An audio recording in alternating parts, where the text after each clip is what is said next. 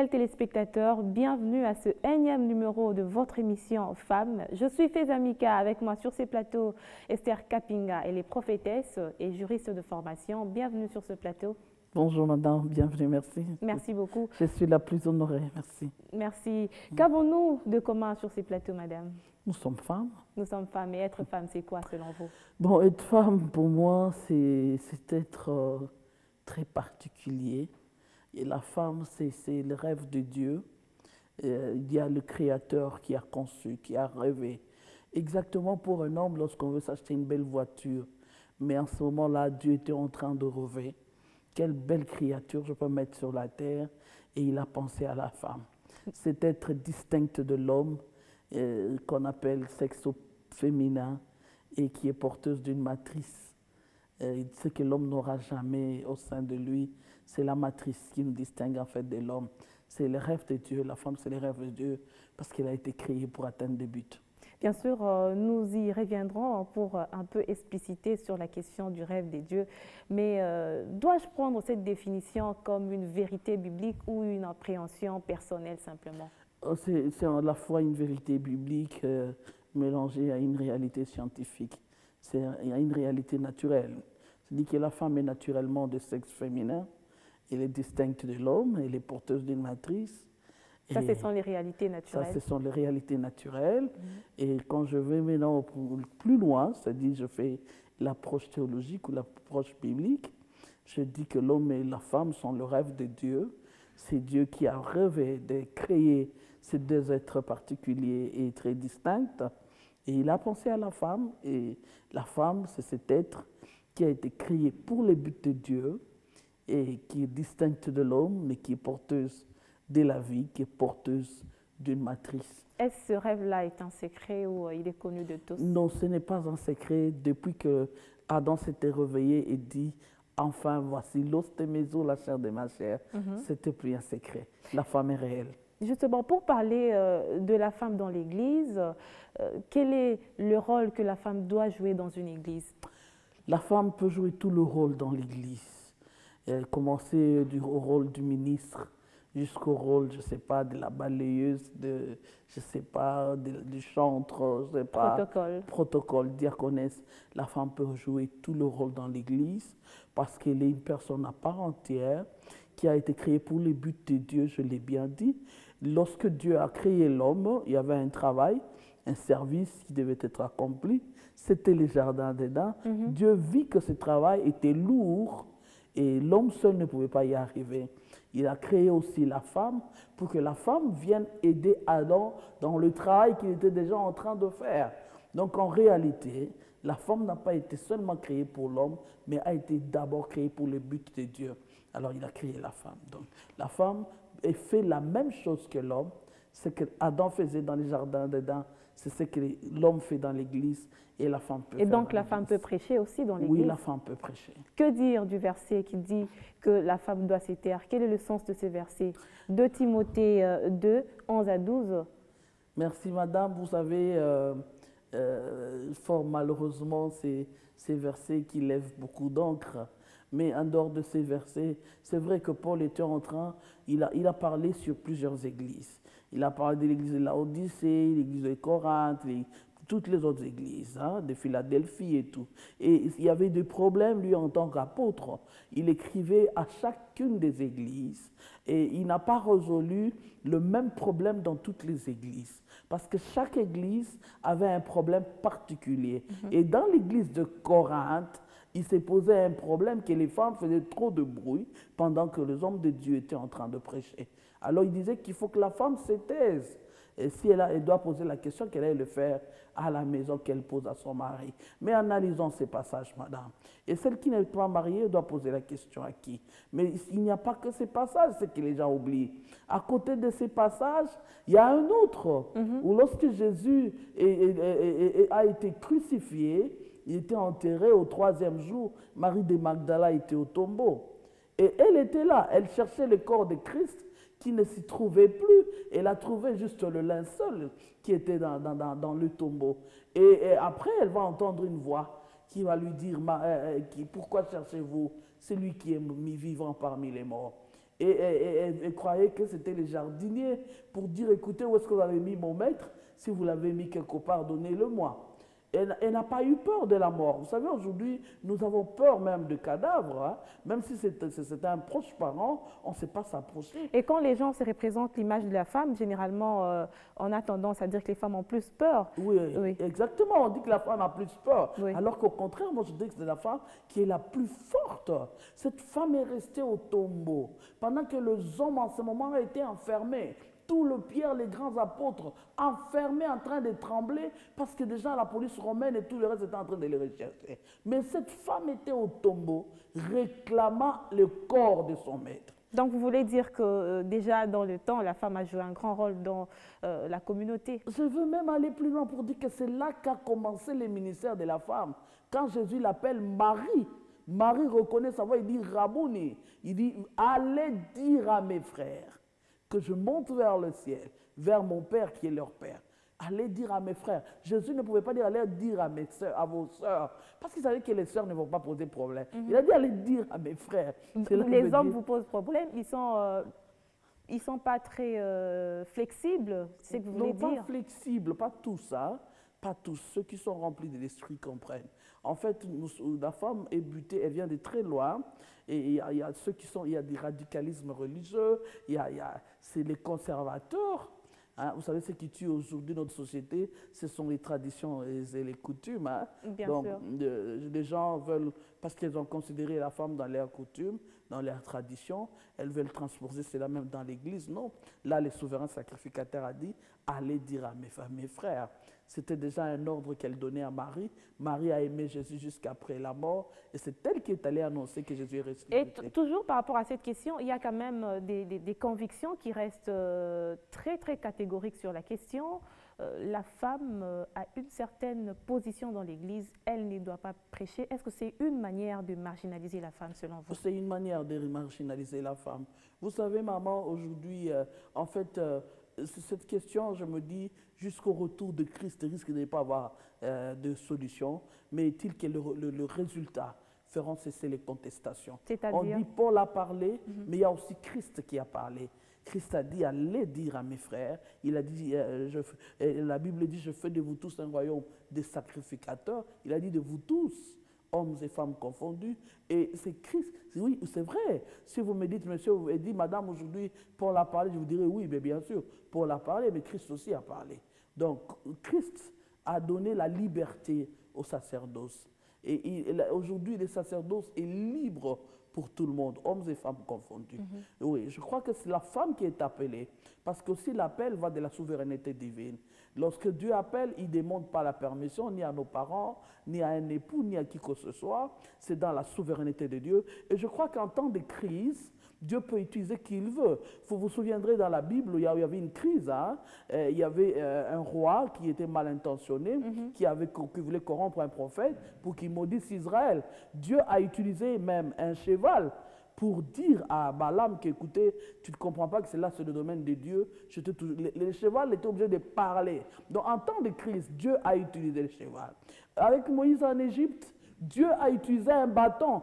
Et si Dieu peut utiliser un cheval, Dieu peut utiliser un bâton. Et pourquoi pas la femme? Je crois que Dieu peut utiliser la femme, et comme il l'entend, parce que c'est lui le maître de l'Église. Parlons toujours de la femme dans l'Église. C'est vrai que les statistiques nous démontrent clairement que les femmes sont plus nombreuses que les hommes, et elles sont plus présentes dans les églises que dans d'autres secteurs. Comment expliquer ce phénomène-là? Non, la femme est sensible. Vous savez, c'est comme si on me demandait aujourd'hui pourquoi Dieu n'a pas choisi d'entrer dans les ventres de Joseph, mais Christ est passé par Marie. C'est parce que la femme renferme les meilleures qualités. La femme a la préservation. Vous savez, la femme, c'est se préserver pour les choses de Dieu.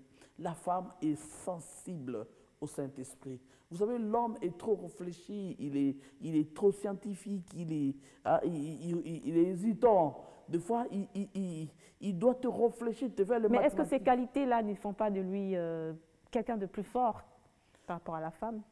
Je crois qu'il est fort, c'est lui qui est rempli du Saint-Esprit. Ça, c'est selon la Bible, oui, bien sûr. Tout ce que nous avons, maman, ça vient de Dieu. Et je crois que ce n'est ni par notre force, ni par notre essai, ni par notre pouvoir, c'est par l'Esprit de Dieu. Nul ne peut se prévaloir de quoi que ce soit. Tout don, toute grâce excellente. Mais certains estiment que les femmes sont à l'église parce que c'est un refuge, elles ont tant de problèmes. Il faut aller se réfugier vers Dieu, il faut trouver une consolation. Où est le mal? Des problèmes dans les mariages, des problèmes dans la société. Où est le mal? Maman, vous imaginez s'il n'y avait pas ces églises où les gens pouvaient aller trouver consolation avec la crise économique? Et tous ces gens, qu'est-ce qu'ils seraient devenus? Mais en même temps, on nous reproche de trop prier, de moins travailler. C'est aussi un fait. Tout le bar qui pullule avec des gens dans les cabarets qui se saoulaient, ça ne dérange personne, mais quand on prie beaucoup, c'est un problème. Moi, je crois que la prière, maman, est plus importante que beaucoup de choses que l'on fait. Si l'on commence à prier sincèrement dans cette nation, beaucoup de choses vont changer. Donc, jusque-là, on ne prie pas encore assez? Non, non, je ne peux pas prétendre ça parce que moi-même, je suis une femme de prière. Je crois en la prière. Je sais que la prière est une grande force. La prière est plus puissante que la bombe qui a explosé Hiroshima et Nagasaki. Avec la prière, beaucoup de choses sont en train de changer dans cette nation. Puisque nous parlons de la prière, dernièrement, les confessions religieuses se sont réunies. Vous savez, notre pays traverse une période critique par rapport à cette agression qui sévit à l'est du pays. Et les églises ne sont pas restées à l'écart, elles se sont unies pour dire non à la balkanisation. On l'a vu, jusque-là, les efforts sont en train d'être fournis. Hormis tout ce qu'on a vu ici, ils sont allés jusqu'aux États-Unis pour essayer de sensibiliser les autres communautés par rapport à tout ce que nous sommes en train de rencontrer dans notre pays. Avez-vous un mot à dire sur cette situation de notre pays? Bien sûr, je suis concernée, maman.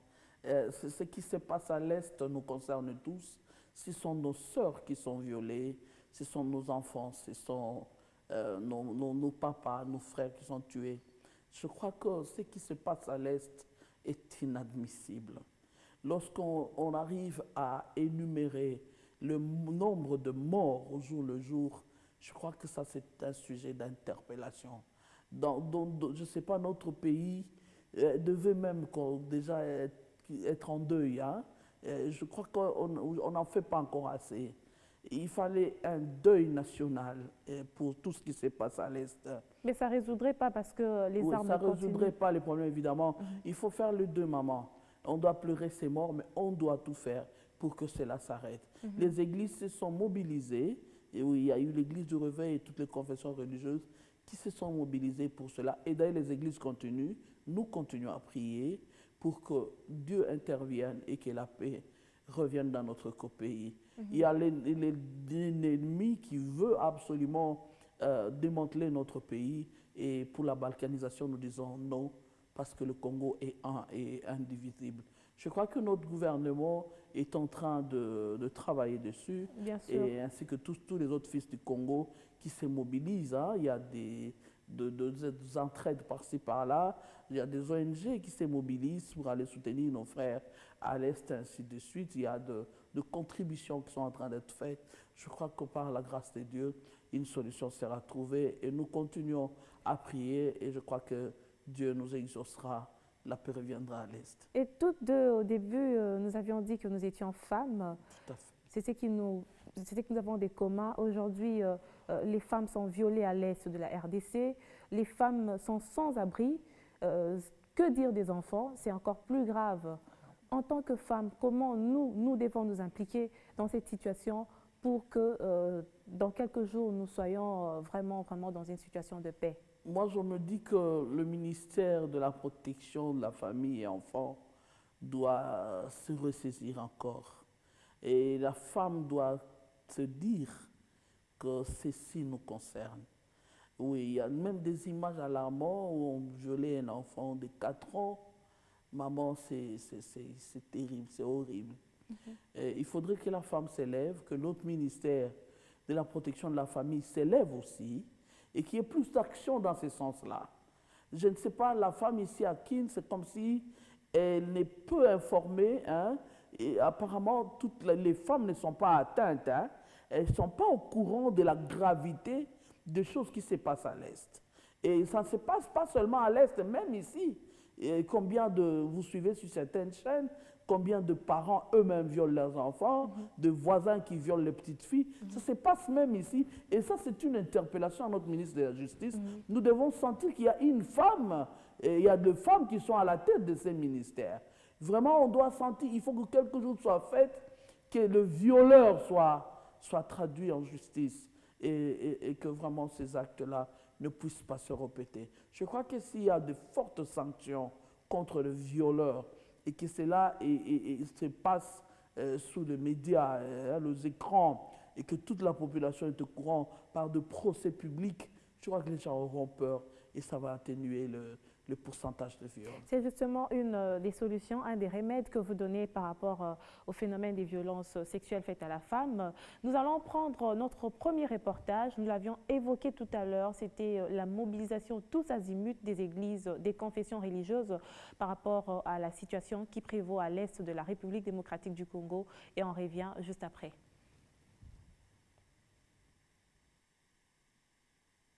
Venons justement de suivre ce reportage. Nous venons de suivre ce reportage. Vous aviez déjà émis votre commentaire sur la question et nous espérons que d'ici là, la RDC va recouvrir sa paix, va retrouver sa paix. C'est notre prière. C'est vraiment la prière de tous. Ouais.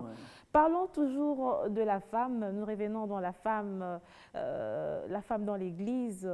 Nous avions au départ parlé du rôle de la femme dans l'Église et quel serait alors le rôle de l'Église par rapport à la formation de la femme, par rapport à l'éducation de la femme?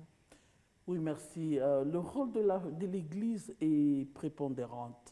Vous savez, l'Église aussi a une grande responsabilité, celle de préparer et de fournir à la société de femmes mûres, de femmes aguerries, de femmes capables aujourd'hui de relever les défis sociaux. Vous savez, la femme vient de très loin. Elle a été coincée par nos traditions, comme je dis, nos coutumes. Elle a été dans ces familles où il fallait d'abord que les jeunes garçons aillent à l'école, hein, et la jeune fille non. Et elle va maintenant dans l'église, elle vient d'un mariage qui l'a complètement détruite, et elle a été violée, ou tout même s'est violée, tous ceux qui viennent des guerres passent par nos églises. L'église doit aider cette personne à se retrouver, à retrouver son identité, premièrement, et doit lui communiquer les acquis d'une personne, que devrait avoir une personne, entre autres, qu'elle croit en elle-même, qu'elle croit que la vie ne s'est pas arrêtée, qu'elle retrouve son identité et qu'elle comprenne qu'aujourd'hui, elle devient une experte, hein, par son expertise. Elle doit aider les autres qui passent par là où elle est passée, par son expertise. Elle est utile pour sa nation, elle est utile pour la société et que ce n'est pas la fin du monde. Je crois que c'est le rôle de l'Église. Vous savez, l'Église, si elle doit être cotée même au Congo, c'est par rapport à la société. Il faut voir est-ce que les âmes se convertissent, parce qu'il faudrait même que l'Église soit à mesure de fournir même au gouvernement de personnes capables, de potentielles personnes, hein, des personnes humaines, compétentes, capables de ne pas voler, intègres, et si jamais on leur confie des ministères, qui soient intègres, capables de ne pas voler, de ne pas détourner les deniers publics. Ça, c'est l'Église qui doit fournir aussi. C'est le défi à relever. Je crois que l'Église a un grand rôle dans l'encadrement de la femme. Justement, par rapport à l'encadrement de la femme, les taux d'analphabètes femmes est vraiment élevé à ce jour. Est-ce que l'Église ne peut pas aussi s'impliquer pour réintégrer la femme dans ces secteurs d'éducation? Tout à fait, maman. L'Église ne peut pas seulement la femme pour travailler dans la société. Il faut noter que l'Église prépare aussi la femme pour être une bonne mère au foyer, pour être une bonne mère dans la société. Et pour cela, il faut qu'elle puisse remonter un peu son niveau. C'est ainsi que l'Église aujourd'hui, l'Église du Réveil et même les autres églises, sont devenues aussi des églises de développement. Ils ont inséré dans leur programme le développement. Et dans ces programmes, il est prévu des séances, des formations de la femme. La femme est formée, elle doit apprendre. Et il y a des formations d'alphabétisation, elle apprend à faire même un métier, et à être utile en fait en tout et pour tout, ce qui peut même lui procurer à la longue un petit commerce et pour arriver à survivre avec sa famille. Donc, quelque part, l'Église est en train déjà de jouer ce rôle, mais il doit encore le jouer davantage parce que le taux d'analphabète est très, très, très accentué. Mais je crois qu'il y a plusieurs centres, et même nous qui sommes aussi avec les femmes, dans nos ministères et partout où nous passons, en tant que leaders d'opinion, nous leur disons, écoutez, levez-vous, parce qu'il n'y a pas que ces femmes, il y a aussi la femme veuve qu'il faut inclure aussi, à qui nous disons, écoutez, le veuvage n'est pas un titre de noblesse, mais c'est une responsabilité. Tu dois te lever, tu dois apprendre un métier, tu dois faire quelque chose. Donc tout ça, ça rentre dans la conscientisation de la femme. Lorsqu'elle est guérie de l'intérieur, parce que l'Église l'aide à se retrouver intérieurement. Elle est perdue psychologiquement, elle a besoin d'un appui. L'Église lui donne un appui qui est Jésus. Par la parole de Dieu, on lui dit, écoutez, avec Christ, il y a toujours un nouveau départ. Jésus est mort pour toi, crois en lui, on lui communique la foi. Et après, lorsqu'elle s'est saisie, on lui dit, écoute, pour maintenant te retrouver dans la société, tu ne pourras pas si tu es analphabète, tu ne pourras pas si tu es ceci. Parce que si elle est blessée de l'intérieur et si elle a totalement perdu son identité, c'est Mais difficile. ce n'est pas toujours le cas. Ne pensez-vous pas qu'il faudrait aussi assainir ces secteurs? Quel secteur de l'Église? Oui, parce qu'on a beaucoup d'églises aujourd'hui, avec beaucoup de femmes, mais il faut qu'on se le dise, il n'y a pas de changement de mentalité. Il n'y a pas de développement peut-être dans la société. Ces femmes-là passent beaucoup de temps à l'église, mais quel est le message qui est donné aux femmes dans leurs églises? Bon, non, écoutez, moi je ne serai pas de cet avis parce que je me dis que les églises aujourd'hui ont aidé beaucoup de femmes à suivre les témoignages. Je ne serai pas de cet avis. Je me dis, bon, en fait, il y a beaucoup d'églises, mais il y a aussi beaucoup de bars. Il faut assainir tous les milieux. Vous avez des problèmes avec les bars? Mais non, écoutez, les églises au moins jouent un rôle en profondeur, mais je me dis, les bars aussi, ça abrutit nos mœurs, ça abrutit notre jeunesse et tout. Et c'est pas intéressant. Il y a beaucoup de choses qu'il faut assainir, il n'y a pas que les églises. Mais sauf que il faudrait quand même aussi un peu de rigueur hein, dans tout ça, parce qu'il y a certains qui n'ont pas l'appel, certains qui font beaucoup de rapages, et ça rentre au nom de l'Église pendant qu'ils ne font pas réellement partie de l'Église. Je crois qu'il faut, là c'est l'État qui va aider, hein, essayer un peu de... Il suffit de bien structurer les choses, ça va aller. Mais quant à dire qu'il y a plusieurs femmes dans l'Église, il n'y a pas de changement, je ne pense pas. Maman, la femme a changé. Il y a beaucoup de femmes qui ont changé grâce à l'Église. Si vous suivez des témoignages, il y avait des femmes qui ne pouvaient même pas rester dans un mariage. Ils vous disent, moi, si je suis dans mon mariage, c'est grâce à la parole que j'ai entendue. Vous savez, maman, les femmes intellectuelles aujourd'hui, elle a fait le droit, elle a fait l'économie, elle a fait ceci. Pour tenir dans un mariage, il faut qu'elle ait un esprit supérieur qui la guide. Il y en a qui ont le complexe de supériorité, qui ne sont pas humbles. Il y en a qui se disent des choses, l'homme est en pantalon. Et c'est l'Église qui redresse. Oui, c'est l'Église qui redresse, hein, par l'Église, par la parole de Dieu. Vous savez, maman, c'est lorsque vous rencontrez réellement le Seigneur, il y a des choses qui doivent se passer dans votre vie. Vous n'êtes plus la même chose. Il y a quelque chose qui doit se passer. L'Église a joué un grand rôle auprès des Koulouna, des anciens voleurs, auprès des assassins, maman, qui ont tout arrêté à cause de la parole qu'ils ont entendue. Donc, s'il faut juger l'Église aujourd'hui, c'est par rapport à l'œuvre sociale. Je crois qu'à l'action sociale, il y a encore des Koulouna, on me dira. Je sais, il y a beaucoup de gens qui sont déjà sur les canapés là pour dire, mais madame, il y a encore des Koulouna. Oui, c'est vrai, il y a encore des Koulouna, il y a encore des voleurs. Jusqu'à la fin du monde, il y en aura toujours. Mais on cherchera à réduire le nombre, et notre souhait est que ça puisse vraiment disparaître et que l'Église joue pleinement son rôle. Pour l'Église qui ne joue pas son rôle, je profiterai sur ces plateaux pour dire à tous les hommes de Dieu, nous avons une responsabilité vis-à-vis de la femme, vis-à-vis de la jeunesse, vis-à-vis du peuple de Dieu. Enseignons la parole et vraiment occupons-nous de gagner les âmes et de communiquer la vie qui est en Jésus-Christ. Parlons des mœurs. Les femmes congolaises, la femme qui est censée préserver certaines valeurs intrinsèques, ces valeurs-là qui nous permettent d'être utiles dans la société. Est-ce que vous pensez qu'aujourd'hui, nous avons toujours cette sensibilité-là par rapport à nos mœurs que nous devons préserver? Non, nous avons un problème avec la dépravation de mœurs, ça c'est connu. Vous savez, la femme a été réduite à la plus petite expression aujourd'hui. Et aujourd'hui, pour faire la publicité d'un chocolat, il faut mettre une femme nue.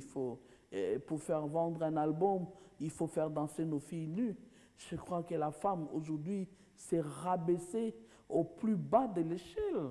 C'est la femme qui doit prendre conscience. Cette fille qui s'expose pour un $100, pour un $20, qui va danser nue, exposant toutes ses parties, ses arrières à l'extérieur, c'est elle qui doit s'exposer. Vous savez, lorsqu'elles font ces choses, je ne sais pas si elles sont sous la drogue ou elles entrent en transe, parce qu'elles doivent se dire qu'elles ont un avenir, elles ont un futur, elles auront des enfants, elles auront un époux, je ne sais pas quel homme, et les hommes qui les épousent, je ne sais pas, parce que quel mari voudra un jour avoir son épouse, un jour tomber sur ses archives, où elle dansait à poil devant sa belle-mère, devant ses enfants, je ne sais pas quelle fierté. Je crois que les femmes, nous devons nous-mêmes nous prendre en charge. Là, j'interpelle encore la femme. La femme doit se ressaisir. La femme est un être, madame, un être fabuleux. La femme, c'est cet être-là qui lorsqu'elle prend conscience d'elle, elle est une richesse ambulante. Donc, vous voulez dire que l'effet que la femme aujourd'hui soit utilisée pour d'autres fins, c'est elle-même qui laisse cette brèche-là? Oui, c'est elle qui laisse la brèche. Madame, la responsabilité est partagée. La responsabilité est partagée. La Mais femme elle-même. Mais elle est en quête d'argent, bien sûr. En quête d'argent à cause de Sous la d'autres situation économique. cieux, c'est un travail. Le mannequinat, le fait d'être, je ne sais pas comment on les appelle. Stripteaseuse. Même pas là, ça c'est encore plus fort. fort. Nos danseuses, c'est la striptease, ce n'est pas la danse classique. Ce qu'ils font nos danseuses aujourd'hui, c'est du striptease. Elles sont à moitié nues, ce n'est plus de la danse qu'on peut exposer. Et notre censure, je ne sais pas où ça passe, ça devrait déjà être écarté. Il n'y a pas de censure dans cette ville. Tout ce qu'il y a, maman, ce sont des danses sexuelles qu'on nous expose à la télé. Je crois que ça doit heurter. Je crois que même le parent, hein, maman, la responsabilité est partagée. Même les parents qui laissent les enfants suivre ces choses, nous devons nous-mêmes prendre conscience. Je me demande quelle génération, quels enfants, quelles femmes, quelle jeunesse nous aurons dans 10 ans. Avec ces films nigérians qui sont en train de suivre. Maman, c'est la sexualité que nous ouvrons, la porte de la sexualité à nos enfants à bas âge. Love story, vous êtes mariés, quelle love story encore vous voulez vivre? Mais là, vous vous attaquez individuellement à un programme, non? Ce n'est pas permis. Non, maman, ce n'est pas permis, c'est vrai, mais ce sont des choses. Tous ces films-là rabougissent notre société. Ce sont des faits sociaux, je n'ai rien contre ça. Je n'ai rien contre une chaîne ou un programme. Mais en fait, nous devons en parler, ça abrutit la femme. Parce qu'aujourd'hui, la femme, des fois, ne travaille pas et elle reste le plus de temps à la télé pour suivre ces films-là. Elle est en train de les suivre parce qu'elles sont interprétées en lingala. Pourquoi est-ce qu'on ne peut pas interpréter de bons programmes plus intéressants qui peuvent aider cette femme-là à avancer? Mais on doit lui mettre des programmes qui l'abrutissent. Nos enfants, nos petits-enfants doivent suivre ces choses-là. Maman, ça tue notre société sans le savoir. Elle ne gagne rien. Au contraire, ça la détruit. Elle commence à interpréter tout ce qu'elle vit dans ces films-là, tout bêtement. Maman, il faut des programmes intelligents, même pour la télé. C'est une responsabilité. Nous sommes à la télé avec toi aujourd'hui. C'est une responsabilité. Cette émission, c'est pour la construction de la société. Nous devons en parler des faits sociaux. C'est un fait social. Maman, toutes nos mamans, à un pourcentage très élevé, suivent ces films-là. Ça les abrutit. Et elle passe du temps là-bas avec ses filles, avec ses fils. Qu'est-ce que nos petits-enfants apprennent? Rien du tout. Au contraire, ça les détruit. Mais ces programmes-là devraient être normalement aussi suivis et avoir des programmes plus intéressants. Pourquoi il n'y a sur aucune chaîne un programme où on forme l'alphabétisation de la femme? Ça peut passer en direct sur la télé. On peut mettre des programmes où on apprend des choses à la femme, l'informatique, gratuit sur la télé. Maman, il y a des programmes intéressants qu'on peut mettre, où elle apprend l'anglais, où elle apprend la couture, où elle apprend des histoires, mais en direct à la télévision. Elle va suivre. À cause du malheur ou à cause d'un repas, Esther dans la Bible a failli être l'adjoint de son mari. Quand l'homme a mangé, le roi a mangé, il s'est rassasié. La Bible dit, son cœur s'est réjoui. Il a dit à Esther, que puis-je te donner? Je suis prête à te donner même la moitié de mon royaume, parce qu'il a bien mangé. Quel était ce secret-là? C'était le repas seulement, la nourriture. Esther avait bien préparé. Les repas que les femmes négligent aujourd'hui, la nourriture de son mari, elle laisse aux jeunes filles qui n'ont pas bien lavé les mains, tout ça, tout ça. Mais justement, nous sommes en train de demander l'émancipation, le gender. Ça fait assez que la femme n'a plus assez de temps. Elle doit aller... Ah, le gender dit que la femme ne peut pas passer son mari? Non, mais elle est à tout moment au travail. Quand elle revient, elle est peut-être fatiguée. C'est tout ça qui... C'est une question d'organisation. Le gender n'exclut pas la féminité. Si ça tue la féminité, alors qu'elle a raison d'être. Une femme maman, c'est l'organisation. Vous savez, on peut se trouver des milliers de raisons si on veut finir les responsabilités. Ça, c'est une fuite en avant. C'est question de s'organiser. Les femmes qui travaillent préparent pour leur mari. Maman, elle est à l'étranger. Les femmes n'ont pas le temps. Hein? C'est l'homme qui travaille, c'est la femme qui travaille. Mais sa maison tourne. Les gens mangent, les enfants mangent, les maris viennent, ils trouvent un repas. C'est l'organisation.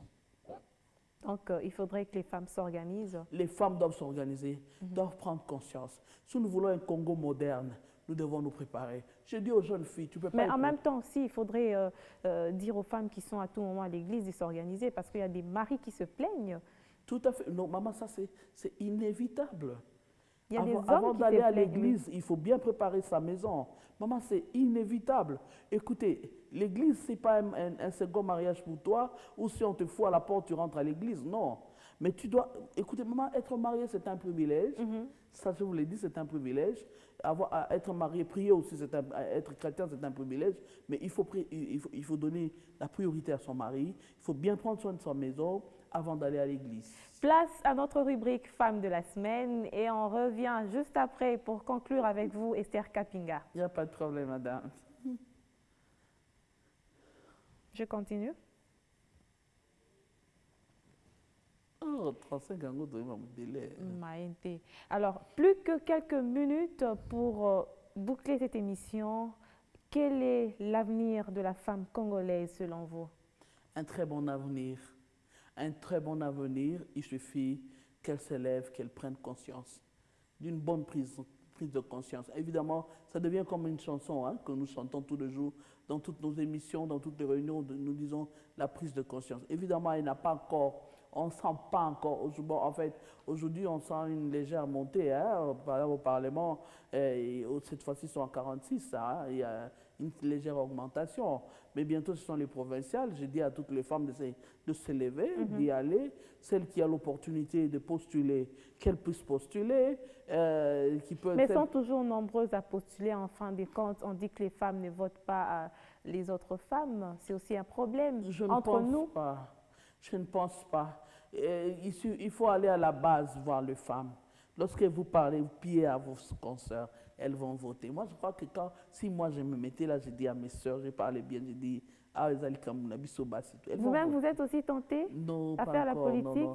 Je suis bien dans l'évangile pour l'instant. J'ai encore beaucoup de choses à faire. Mais justement, je sais qu'on a évoqué beaucoup de sujets dans cette émission. C'était vraiment une émission, on faisait un petit bilan par rapport à la situation de la femme. Est-ce qu'une femme politique peut être aussi pasteur? Comment associer la politique et la chrétienté au même moment? Ok, en d'autres termes, si un chrétien peut faire la politique. Oui, moi je crois que d'abord il faut définir la politique avant qu'on en fasse tout un paquet. La politique, c'est très brièvement. Ça vient du grec polis, qui veut dire cité, et puis gestion de la cité. Pekos, qui veut dire gestion de la cité. Donc qui fait la politique gère déjà la cité. Si vous gérez une église, vous gérez déjà la cité. Quand vous gérez des peuples, la population, vous gérez déjà la cité. Donc un homme politique, un chrétien peut faire la politique. Un chrétien peut faire la politique, ça c'est votre point de vue? Ça dépend de son organisation, ça dépend du temps, pourvu que ça ne puisse pas empiéter à l'autre service. Je crois que Dieu lui-même, déjà au départ, c'est la source de toutes les sciences.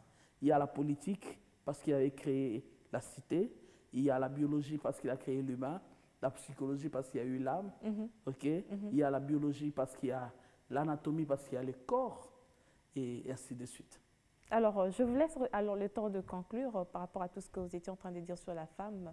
sur la prise de conscience qui est très importante à ce niveau, parce qu'on a l'impression que par moments les femmes se frottent les mains. Oui, on a déjà assez de femmes à l'Assemblée nationale, or ce qui n'est pas le cas, ça ne représente même pas encore 30% dont nous avons besoin, dont la loi nous garantit.